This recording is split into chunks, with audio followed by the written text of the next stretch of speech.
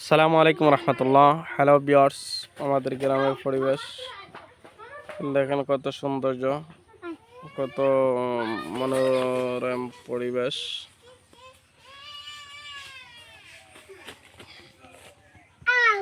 কি সুন্দর পরিবেশ।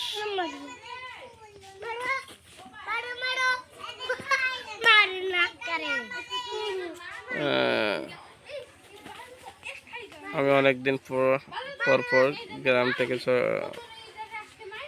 আসি, সিলেট থেকে গ্রামে আসি। অনেক মনোমুগ্ধকর গ্রামের পরিবেশটা।